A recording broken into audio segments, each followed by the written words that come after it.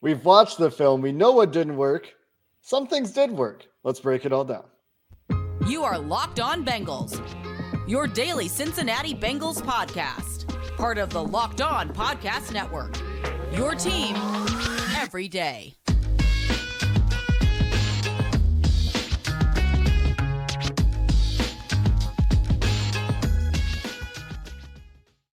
What up, Bengals fans, and welcome to another episode of the Locked On Bengals podcast. I'm your host, Jake Liscow. He's your host, James Rapien. Today we're joined by Bengals fans, Mike Santagata, going to break down some film takeaways about this offense, and we'll see if there's any time to talk about the defense. But the focus is, by and large, going to be on the offense today. We're part of the Locked On Podcast Network here on Locked On Bengals, bringing you coverage of your team every day, free and available everywhere you get your podcasts and on YouTube. We appreciate all of you who subscribe, who follow, and who make us your first listen. This podcast is sponsored by BetterHelp. It's not a crisis line. It's not self-help. It's professional therapy done securely online, available to people worldwide. They have a special offer right now for Locked On Bengals listeners. Get 10% off your first month at betterhelp.com/lockedon. All right, guys, let's dive into the all 22 takeaways. We've seen the tape. We've charted at least part of the game between Mike and myself. And the big takeaway for me after rewatching the game, watching the tape, Mike, was that they found what worked on offense. It was just too late. They burned 4 drives, and by the time they figured out what worked and also threw a terrible interception and burned a red zone possession, it was just too late. Is that all? Well, that was a big takeaway. But no, I want to get into. I meant, is that all it took to figure it out? That's all. Not what you said. Just the point is there were some things that worked, and so we're going to get to that. I want to start with the big criticisms around play calling, about not getting Ja'Marr Chase the ball in space and these sorts of things. What are the concepts, Mike, that are missing? What are the things that you want to see that they're not doing right now that you think could help against this preponderance of 2 high defenses the Bengals passing offense is facing? So it's the one I've really been talking up a little bit on Twitter is just levels or drive. Same idea. Both of them are middle of the field, intermediate, high, low on those linebackers, the hook defenders. When you're playing Tampa 2, you're playing quarters, 6 strong, cover 8. All that doesn't matter. You've got linebackers in the middle of the field that can be exploited. And this was Peyton Manning's favorite concept in Indianapolis. The inside-most receiver, let's say from the trip set, so you have 3 receivers. The inside guy is going to go about 10, 11, 12 yards vertical. He's going to break in like a square, just a square basic in route. And then the number 2 guy, whether they want to run drive or levels is where it matters. But drive, he's going to run a drag and get underneath those linebackers about 4 yards. And for levels, just the same thing, but it's more of a square cut. And I think that'll, I like drive more just because I like getting that guy on the move in case they do run man coverage. But against these zone looks like that, you've got the linebackers who are going to probably fall for that bait. A lot of times they fall for the bait underneath. But if they don't, you have Tyler Boyd, Ja'Marr Chase, T. Higgins, whoever in that number 2 spot, and Hayden Hurst, or there's ways you can get creative with it, but the most basic would be with tight end on that 12-yard basic, and then number 2 is probably Tyler Boyd, and this gets Boyd crap ton of receptions underneath. Just feed him 5-6 yard passes, let him keep working, and if you want to get Ja'Marr Chase the ball, you can put him there. Or if they still want to come down underneath on Chase, then you've got now a 10, 12-yard pass to Hayden Hurst. So to me, that's hard on single high because it's a little bit more flooded in the middle of the field. But we call all these 2 high coverages middle of the field open for a little bit of a reason here. These linebackers can be exploited. Middle of the field open. Let's attack it. Sands, there's been a ton of people over the past couple of days that have said, and I'm sure when you were just talking about what you just said there, that our listeners are like, man, you know how many teams have beat cover 2 and how long it's been around and how long Tampa 2's been around and all of these things. Is it that simple? Like, is it that when you're viewing and watching, is it as simple as this is what teams are doing? It's something we see across the league and the Bengals just can't figure it out? Is it more multiple for these defenses, or is it that simple? Because if it's that simple, then, well, I'm going to make a lot of faces and react to it. But I just want to make sure when you're watching, and not even just this past week, but all season long, has it been as simple as this cover 2 stuff has screwed up and made the Bengals offense look like Andy Dalton's throwing to AJ Green in 2022? No, I mean, what really happens to me is that these teams have been game planning specifically for the Bengals. They're really pulling towards Chase. They're trying to play everything almost what fans always complain about, that soft zone. Everybody's backed up. Well, what that does is it takes away the explosive plays. That's why these defensive coordinators like it. That's why the Bengals can't get explosive plays, because they're dropping their safeties and corners to 20 yards deep on the snap and the linebackers at 10 to 15. And offenses, every offense, I think it was, it was a Seattle defensive coordinator I listened to before, but he basically said the only quarterback who ever wanted to take a check, got excited about taking a bunch of checkdowns, it was Tom Brady that they played. Everybody else, they get greedy. They're going to eventually take that 10-yard shot, or they're going to hold the ball and take a sack, something like that. So I don't think it's so much of every other team, they know how to do this, and these Bengals coaches are buffoons type thing. It's more so they're really keying in on what the Bengals like to do, and they've kind of taken that away. And the inability to run the ball at all before this week also feeds into that. So there's a lot that went wrong, and I think that they do have a plan for it to work out. I just think they need to be a little bit more patient and consistent with it. I also think that the starts to games haven't been there, but I do agree that a big factor is certainly the inability to run the ball. And the Ravens reacted to this in a big way. When the Bengals figured out how to get the run game going out of the shotgun on Sunday night, the Ravens reacted. They started getting single high. They started getting Jamar Chase one-on-one opportunities. And they didn't capitalize on all of those. But the run game, for as much as it is a passing league, and I agree that it is a passing league, if you can't run the ball for even 4 yards, 4.5 yards a carry against these two high defenses where they're backing up at the snap on some of these plays where the Bengals are handing it off to Joe Mixon, where the safeties and linebackers are sinking instead of coming downhill because they're running it out of the shotgun, then they're never going to stop doing that because they can take away the explosive play and they're taking away the incremental plays. And so the ability to find those and incorporate some of these underneath concepts, drive, levels, getting the ball to the flats, Hoss Y juke, bring it back. I miss it. Get some of those option routes going again. That could really help this team. And I wonder if we'll start to see it here soon. I do think that there are some overall trends in the right direction that you can take away from this game, but it was a frustrating start. And that's part of it for me is they're coming out and they have ideas of what's going to work. And they have this game plan for the start of games. And in 3 out of 5 weeks where they haven't started fast, it hasn't worked. And so I think examining some of these issues at the start of the game also matters. And it's also something that, the players and coaches are talking about. Yeah, and you mentioned Hoss Y juke, but there's another option route that I think would also be nice to get. Again, Tyler Boyd. To me, Tyler Boyd is a little bit underused for these coverages they're getting. I don't know why. A little. You're actually getting to what I was going to ask you next. Go ahead. I was trying to keep it nice, but yeah, he's being underutilized a bit for all these coverages. Weak choice, just even tag to the backside of whatever concept they want to run. Weak choice is basically number one it's an empty concept really. But the farthermost outside guy, let's say on the left, there's 2 receivers. That guy, he just runs a clear out or maybe he runs a comeback. You can put whoever there. That can be Joe Mixon if you want. And, if they're in zone coverage, the cornerback has to respect it. Inside of that, you have Tyler Boyd, and he has the option to slant or go out. That's this weak choice, Lucy, slop, whatever. It was huge for Michael Thomas, and it was huge for Cooper Kupp. 2 really good receivers, and they love this concept. Tyler Boyd's good at it too. You come up, kind of shuffle the feet, and then whether his leverage is to the outside of you or the inside makes the route. So if he's outside of you, cross him, get in front, and run a slant. If he's inside of you, give him a little jab and go out. And Tyler Boyd would be good at that. He's got good short area quickness, and he's smart. So I think that's something that's missing from this is I haven't even really seen it. They go empty, but they never run a weak choice concept, and I'd rather see him do that than a lot of. I don't know. They get him in the flat sometimes and all these other things. I just think like put him on the backside, make that an actual threat, and challenge defenses on both sides of the field.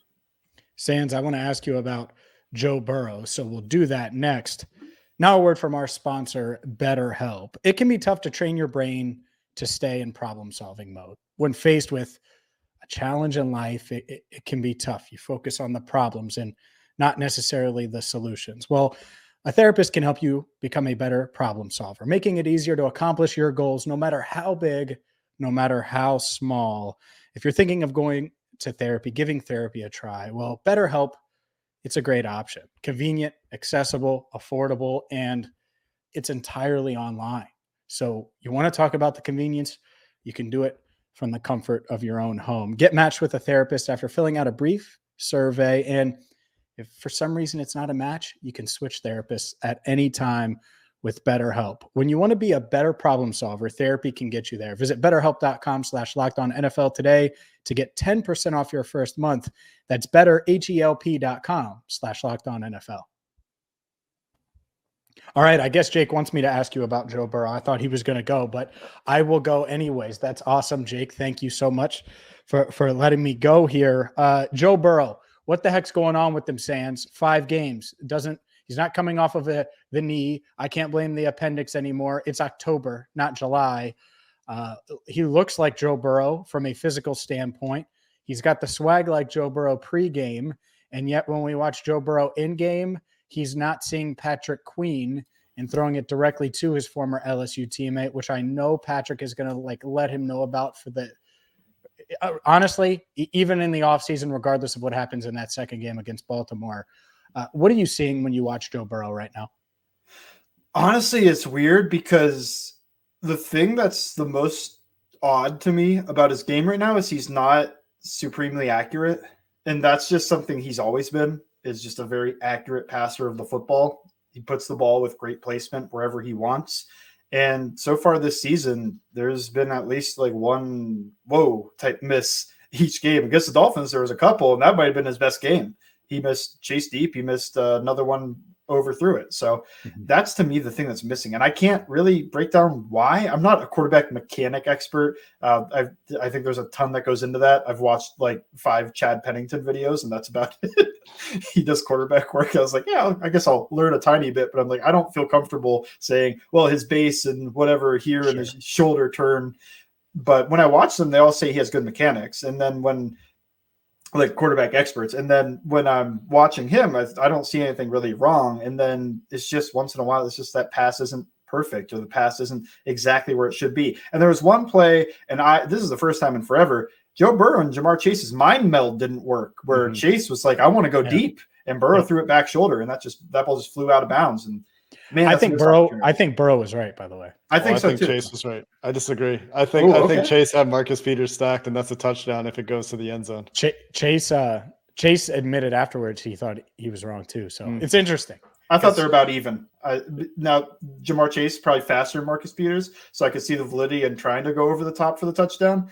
But I also don't see anything wrong with going back shoulder, getting the first down in like 15 yards. It might have been like, I think either way, if Chase was thinking back shoulder, I think it's complete. But I think the reason that I thought over the top was there is that it looked like he was starting to get behind Peters to me on that particular play. And then the throw goes back shoulder. He lets off and tries to get back to it. It's just too late. He kind of sees that it's not going downfield. Maybe you can see where Joe's shoulders are pointing, where that throw is going. So he tries to react. And I don't know. We can disagree on that one too. Somebody was wrong. Burrow? I have another theory on Joe Burrow, which is not very well founded, but this is good. I don't know how true this is. You guys can tell me what you think. I think that there's perhaps a preference from Joe Burrow to find those isolated routes, find those one-on-ones, and just throw the one-on-one.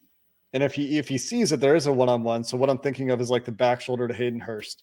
That is a good catch, goes for a first down.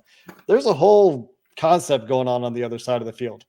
But he sees over here, I have a one-on-one with Hayden Hurst, and I think I can put this high and throw back shoulder and get an easy first down here. I think that play is a bit of a microcosm of he likes to find those one-on-ones and give his guys a chance.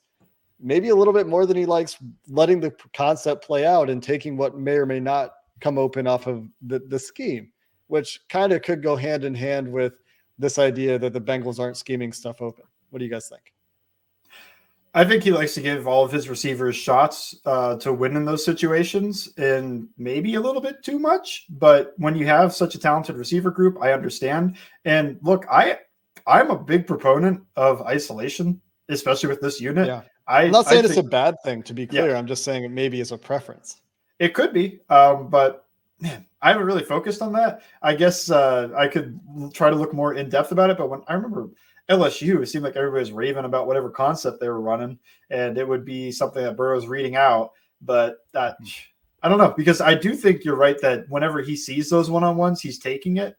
But at the same time, I don't know. I guess I just haven't looked at it enough. But yeah, to me, I don't know personally, but it's interesting. I don't think it's a bad thing, though. Yeah, I agree. I think it's the who that matters. If it's 85, if it's 1, and then 88 depending. Yeah, I think Hurst is certainly earning his trust, and he's always loved throwing to tight ends anyway. Outside of that, I can't even throw Boyd in that, to be honest with you. I don't know if he's like, oh yeah, I'm jumping at this right now. I'm taking it for sure.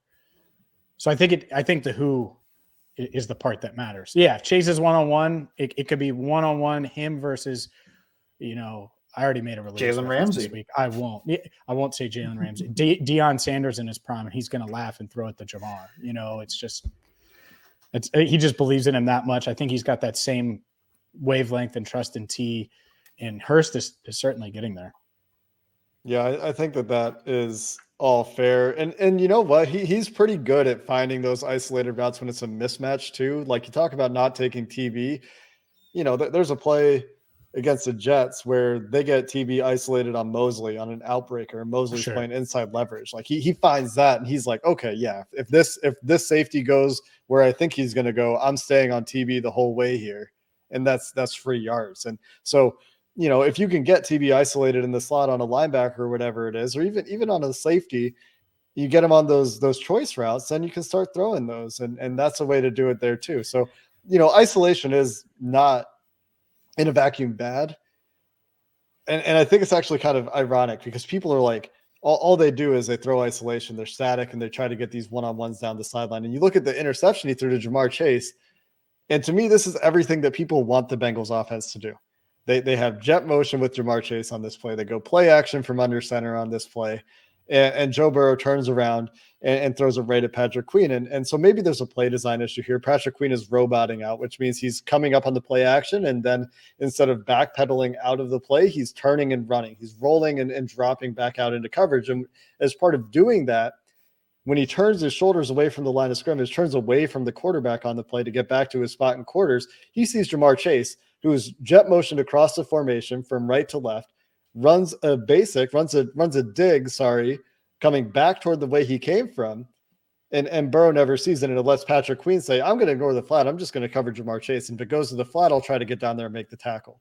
So there's a bit of irony there in that, like, I think this play does a lot of the things people want from the offense. It's got the dynamic motion. It's trying to get Chase, into space, get him a free release, get him, into a soft spot of his zone and trying to scheme something open for him. And then it's an interception. So there's an irony there to me. Sure. I mean, that's the thing with Joe. I mean, how comfortable is he under center in doing the play action and turning his back? And will he get comfortable now that the offensive line appears to be a bit better pass blocking? We'll see. But I think they've certainly been better in recent weeks than they were to start the year, and better than they were last year or his rookie year. So that's part of it. Sands, we got to ask, and we talked about the intermediate part of the field a little bit. You said a 12-yarder to Hayden Hurst. Oh boy, how much I would love 12 to Hayden, 15 to Boyd, 13 to Jamar. We're not used to hearing that, at least not as much this season. And I want to ask you about that. But maybe Jake will ask the first question. But first, I have to tell you about BetOnline, because BetOnline is your number one source for all things football betting info this season, whether it is wagering on the Bengals, who opened as favorites against the Saints, or maybe you just you think that Joey B and the Bengals are going to turn it around and win the AFC North or win the AFC or finish the job this year and win in Phoenix, their first world championship. Well, you can wager on all of that and so much more, including the Major League Baseball playoffs, boxing, golf, MMA, and the NBA is right around the corner. You know how much I'm into the NBA if you've listened to Locked On Bengals. So start wagering today. I've won money at BetOnline, and you can too. BetOnline, where the game starts. All right, let's talk intermediate part of the field.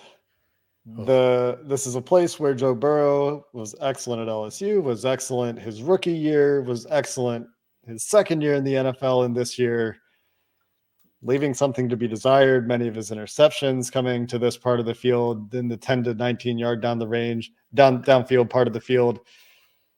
What do you say, Mike? What's going wrong in those on those intermediate throws? Is it the concepts being called? Is it Burrow processing, or is this mostly a week one issue? Definitely is some week one to it, but like everything with the Bengals offensive stats are like, yeah, the Bengals really turnover prone. This is really week one. So they run one of my favorite concepts, and I saw it take a little bit of heat on Twitter. Dagger. I love Dagger. It seems like Burrow loves Dagger. It seems like the coaching staff loves Dagger. And the way that I think it should be run in the modern NFL comes with a trips, again, 3 receivers. The furthest outside guy runs the 18, 15-yard dig. The furthest inside guy is going to run your seam. And the second guy, well, you can flip 2 and 3. If number 2 is running it, he has to really bend it. But one of those guys is going to clear out the middle of the field. The dig comes behind it. That's the dagger concept. Should be open. They should combine it with what Peyton Manning calls bulls. It's got 100 names, sucker, race, rap. What it is just like a little sit route. So this number 2 or number 3, whoever's not running that deep middle of the field route, he should go up and sit right in front of that linebacker that's going to drop out and get inside the dig window. There's your conflict. If that linebacker stays tight to that sit route, there's the dig. If that linebacker backs up and gets into the dig window, you've got about 8 yards of space in between those two things to hit that guy for 5-6 yards and let him run. So who you put there, you could put whoever you think is a good yak guy there. The best dig runner on the team is T. But I would say if you really want to do something interesting, you could put Chase on that seam bender up the middle. They use Hurst a lot for that. But if you put Speed there, that becomes a legitimate threat to split the 2 safeties and go down the field for a touchdown. So you're probably going to get a lot more respect and pool out of that area for whoever's on that dig route. And if they don't, you might have a touchdown. So that I've never seen them put the speed on the bender, but I think that would be an interesting wrinkle. It's one of my favorite concepts. I think everybody on the team likes it, but the thing is, it's really their only really, 15 plus yard cover two high beater. And also it doesn't really work against 2-man unless the dig guy is a beast and can cross that guy's face and make a contested catch. So if they do sneak, they look like they're playing Tampa or whatever coverage that, given the Bengals issues, and then they end up playing 2-man, it becomes a little bit of oh crap, nothing's open. Luckily, T's pretty good at crossing the face in 2-man. He's done it twice a few times, and it's really impressive.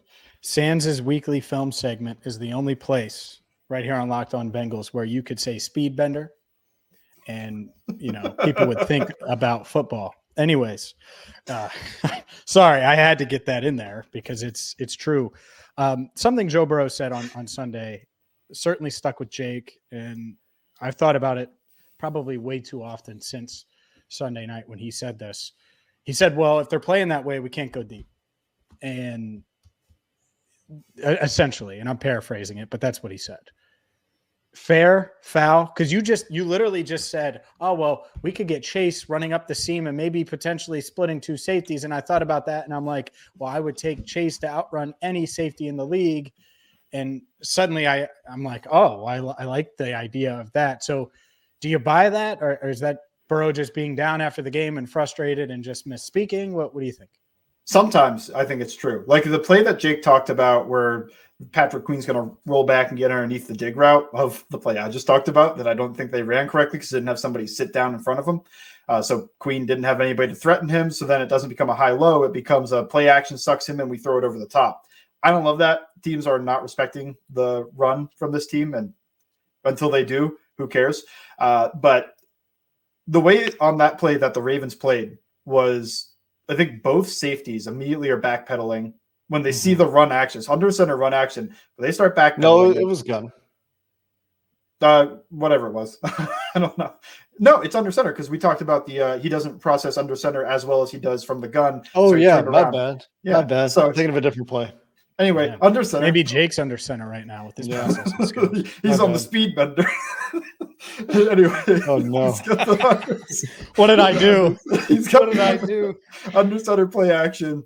And the safeties didn't really respect it. They're playing quarters. The safeties are dropping to like 25 yards. That's tough. You've already got a 15-yard head start on whoever's trying to run down the field. And then the linebackers are all at like 15 yards of depth, by the time he turns around. So you've got nobody within 15 yards of the field. All the stuff that the checkdowns and whatnot, that is there because they are selling out. It is almost prevent, like it's like right before the end of the half type stuff. And Burrow didn't check it down because he didn't see Queen. I think what he figured is Queen went out with the flat route, and then he saw Bynes, and he was like, "Ooh, I could fit this around Bynes," and just didn't see Queen there. Whatever. You need to be able to check that. And then once you see Queen's not running with Mixon, and then the corner on that side is like 20 yards deep, you've got an explosive play by just throwing a 2-yard pass. And it's just taking what's there when they do something like that. Because when you do that, it's really difficult to create an explosive play through the air down the field. You are going to be able to get chunk gains just from short passes. But that is what I think of when Burrow says, when they play like that, we can't go deep. It's because they are legitimately selling out to stop the deep stuff, which obviously has the pro of, wow, all this underneath stuff has a ton of space. And to me, if he hits Mixon, right, that's a run, essentially, an explosive run, where eventually, if you keep doing that, they're going to get out of this too high and just say, oh, well, they're going to keep taking this. And eventually they're going to have to switch things up if the Bengals are patient enough. They'll definitely play harder to the flats. They're not going to just let the flats go totally unoccupied on 1st and 10 on under center play action. Yeah, 1st and 10, they dropped to 25 yards. It's crazy. It was very respectful. And the other thing about it is people are talking about like the Bills. Well, what about Josh Allen throwing against these too high plays from the Steelers? And one of them was a weird too high where the safeties like came down because it's 3rd and 10 maybe from their own 2. That's a 98-yard touchdown. The other one is Josh Allen throwing the ball 60 yards. So the thing that I think of when we talk about sending Jamar Chase on the speed vendor on Dagger, sending him to split the safeties, is do we think Joe Burrow can throw the ball accurately 55 yards downfield if he has to outthrow the safeties who are over the top of that? Because where his speed is going to outpace You're talking middle of the field, safety. so I'd say Right. And so that's a throw that – have we seen him make that in the NFL? To like throw a guy open behind the defense, behind safeties that are like 10 yards, 10 yards deeper than – I know he can throw that far. Now, has he had time to do that? Have they did like their deep balls last year? Weren't that? But I think he's capable. Now he can't do it off He can't do it off of platform, and have a guy around his legs doing it. But with the 12-yard drop and all these things, like there's some things that like the Bengals aren't doing that the Bills can do. I think the play, some of it, yeah. The place you're talking about is a little bit like that deep ball to CJ Uzomah in the first Ravens game last year, which was like 35, 40 yards down the middle of the field against Marlon Humphrey. Now that was Uzomah makes a weird, awesome cut and got opening at Humphrey, but I don't see why if he can throw that, he can't throw a ball down the field in the middle of the field to Jamar Chase for 45 yards. It doesn't have to go 60 yards in the air. I mean, well, that's the reason it worked with Gabe Davis for the Bills is because that's like is because he could put it 60 yards in the air. That's what I'm saying is sometimes I'm not maybe this team is a bad example on Dagger, but I'm saying that sometimes if they're playing that deep, the only way you can get behind it is if you can throw the ball like 60 yards in the air. Oh yeah, with velocity. The real prescriptive cure for the Bengals' woes with this real deep stuff and to generate these explosive plays is to run the ball effectively and hit the stuff underneath until the defense stops cheating deep. If they can start coming down and playing normal defense instead of this really, really soft, prevent all explosive plays at all costs, then they'll be able to get their explosive plays. So run the ball, which they were able to do. And I think that change in the run scheme, and Mixon looks healthy. He's breaking tackles. He's bursting. He's doing a lot right. P. Ryan's running pretty well. The offensive line's blocking these plays better. So the run game, I think, is what is key to really opening this up. And I know that's old school football, but right now the run EPA is not far from the pass game EPA, the expected points added. So it's a passing league still, but it is much closer now that defenses are selling out to stop the pass. And what a difference a week makes with you saying all that stuff about the run game, because what were we talking about just 5 days ago? And so maybe the other Joe answers the bell and we're talking about him doing some awesome stuff against, cover 2 and the Honey Badger and all those dudes in New Orleans, because they need to do something to get this in gear. And if it is the run game, great. I'm still not sold on that, but they need to do something. You're not sold on the run game, like being something that will open up downfield? No, you're not sold on the run game working. Being able to run block.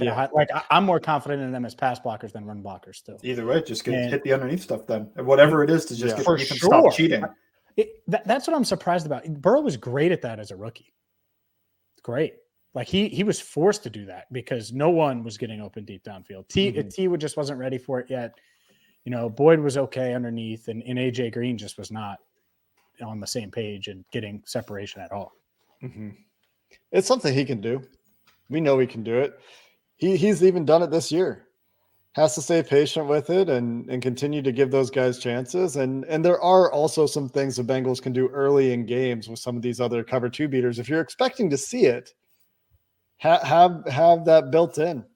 And maybe they do. I think that there is some of this. Also, like their ideas for the run game early in games consistently this year. Even when they've run the ball well at times, their early ideas in the run game just haven't worked. In this game, they have like 2 different crack toss or crack sweep concepts where they're trying to get Stanley Morgan to crack Odafe Owa, and they're trying to get Tyler Boyd to crack JPP. Those plays are there. Those plays are huge gains if they get good gains at least, if they get the crack blocks. And they've run crack well before. Like they've had really nice plays on crack toss in the last, year and a half. And it did not go well, to answer your question, James, in this particular That's a game. tough ask. It is, but they do it. And like teams do it. Like it's not like a terribly uncommon thing. It's just in this particular game, those guys both got upfield before the crack blocks could get home. And maybe that's the way they're running those plays, Mike. But last question real quick is, what do you think about the wide receiver splits on those crack plays early in the game? Is that the way you would want to see it run? I like the first one. I just thought Stanley, my favorite, the fullback of the team, he took a fat L. Yeah. There's nothing else around it. He just lost. The other one, I think Boyd was a bit wide, but I remember, I think those plays work a little bit better when defenders love getting upfield, like sprinting downfield. I think of the Raiders game. Boyd runs a crack on Max Crosby, and Max Crosby took himself out of the play. He ran so far upfield because the Raiders under Rod Marinelli like those guys to sprint upfield, shoot the gap, try to get to the quarterback, that he ran so far upfield. Boyd just had to just like basketball moving screen him instead of do anything like really tough. When those edge guys, they can feel that crack coming, and then, it's just tough as a wide receiver. If they know that block's coming, you're kind of screwed. If you can either get them to go upfield and just seal them off, or you can get them where they're not expecting it, then it'll work. But it is tough ask, and running it twice in the first quarter was odd. It wasn't a crack toss or whatever. It was like this weird power sweep on 2nd and 12. It really felt like Zach Taylor was just kind of reading the script and just going like, yeah, we're supposed to run this play next. Even though the crack toss went for -2, it was like, no, 2nd and 12. I don't think we should be running this, coach. But anyway, that's a different complaint. Real quick. Didn't like that spot for it. Crack toss, speed bender, feel that crack coming. All football phrases that Bengals fans has used today on Locked On Bengals. Football is a game where everything is jargon and nothing means anything until it does. And That's the end of our show. We're back tomorrow with Deep the Ross. chase up the seam. Deep the chase up the seam. Sands just put it in. I'm just hammering it home so the Bengals coaching staff does it. And Chase runs past Honey Badger this week. Go ahead, Jake. We're crossing over tomorrow with Ross Jackson of Locked On Saints, and we're previewing the game. It's already time to move on. We're ready to get past 2 and 3 to get on to whatever 2 and 3 week 6 holds, and hopefully it's 3 and 3. Homecoming for Jamar Chase and Joe Burrow. That should be a little bit of fun down there. We'll see what the crowd looks like in New Orleans. Until next time, Bengals fans, thanks for listening to the Locked On Bengals podcast. Hoo day, and have a good one.